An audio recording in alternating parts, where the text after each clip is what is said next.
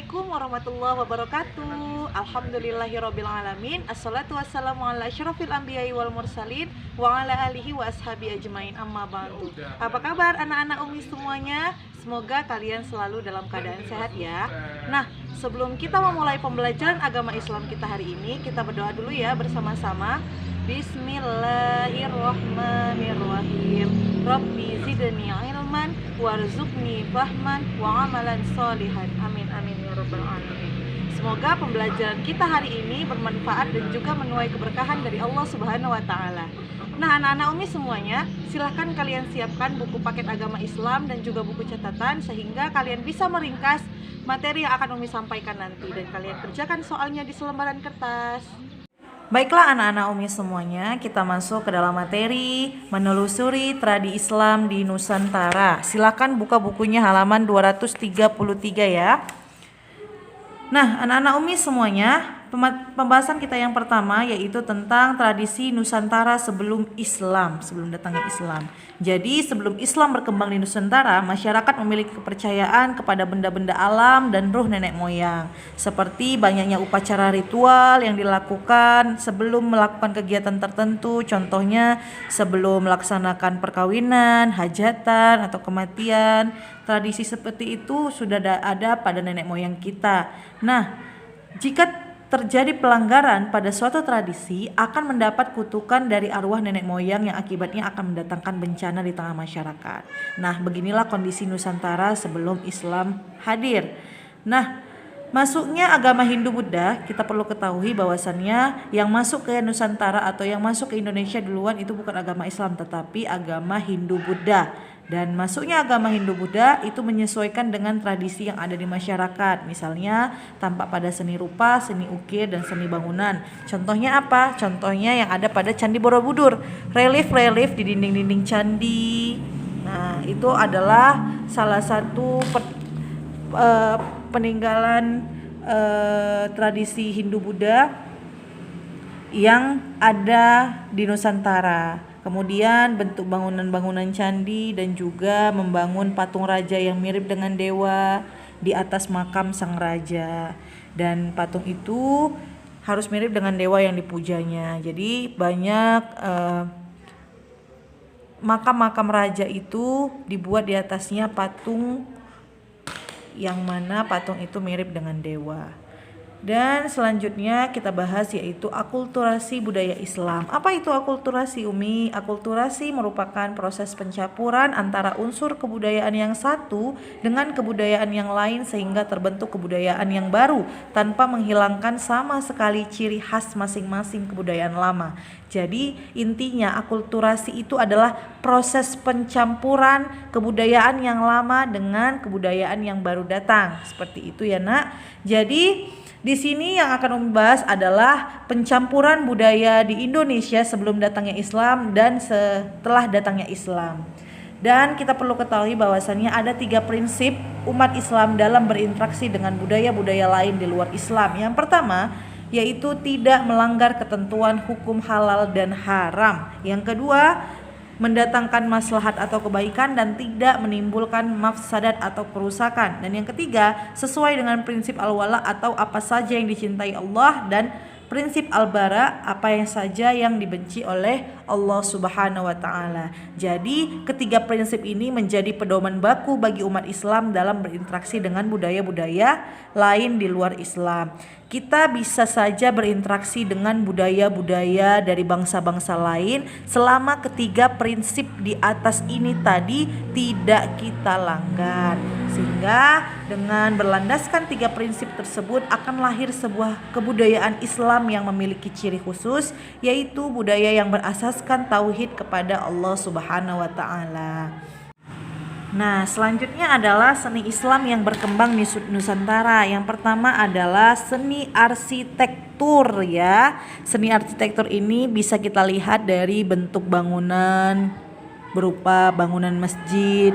Banyak bentuk bangunan masjid di Indonesia terutama di Jawa itu berbentuk seperti pendopo yang berbentuk bujur sangkar ya. Selain itu atap masjid berbentuk tumpang ya.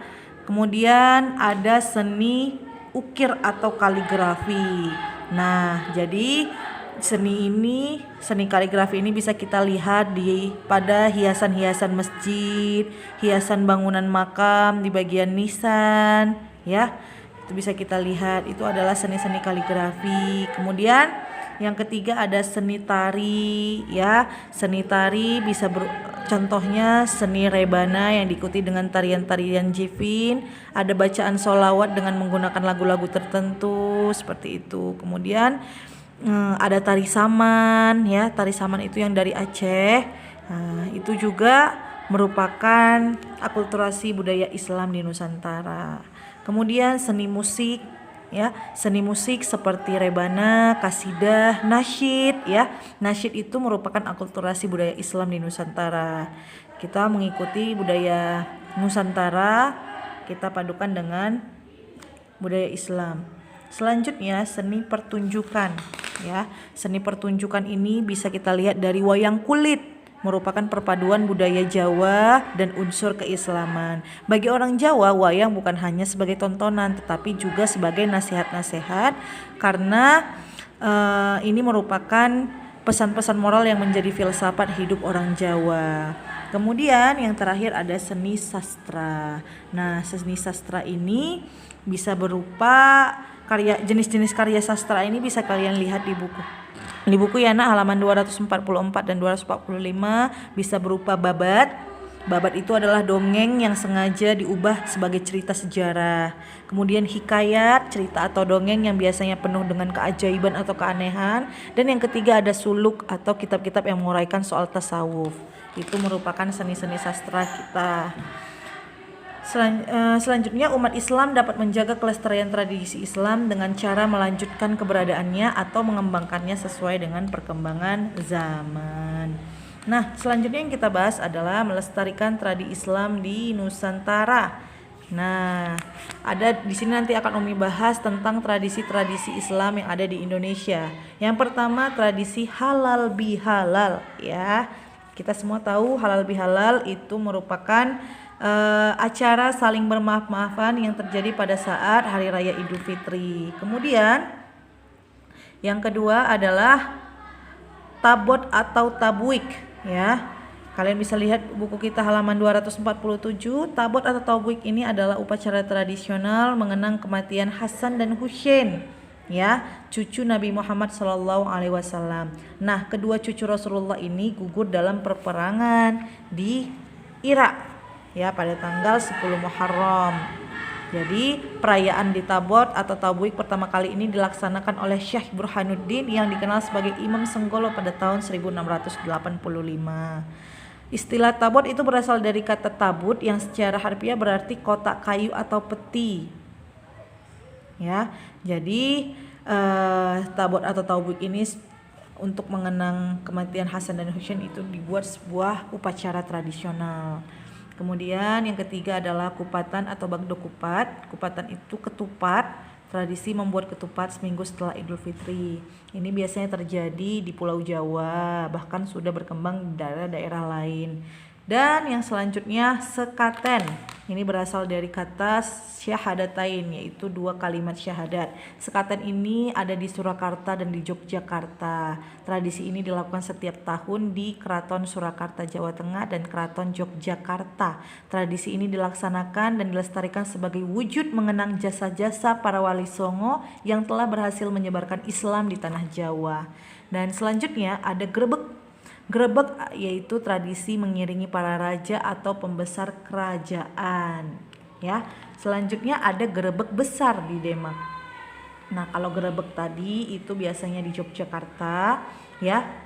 Kemudian grebek besar ini di Demak itu merupakan upacara tradisional yang setiap tahun dilaksanakan di Kabupaten Demak, Jawa Tengah, ya. Dia dilaksanakan pada hari raya Idul Adha. Kemudian ada kerobok maulid di Kutai, ya, dan pawai obor di Manado. Jadi kerobok maulid ini, kerobok itu berasal dari kata berkerumun. Ini tradisi berkerumun atau kumpul-kumpul untuk memperingati kelahiran Nabi Muhammad SAW. Nah, yang kedelapan tradisi Rabu Kasan. itu merupakan tradisi memohon kepada Allah Subhanahu wa taala agar jauh dari bala, musibah dan bencana. Ini terjadi di Kabupaten Bangka setiap tahun tepat pada hari Rabu terakhir di bulan Syafar. Dan yang kesembilan, Dukderan di Semarang, yaitu tradisi menyambut datangnya bulan puasa. Kemudian selanjutnya ada budaya tumpeng, yaitu penyajian nasi beserta lauk pauk dalam bentuk kerucun, biasanya nasi kuning seperti itu. Ya, inilah dia tradisi Islam di Nusantara, ada 10 ya anak-anak Umi semuanya. Umi harap kalian bisa tahu ini semua.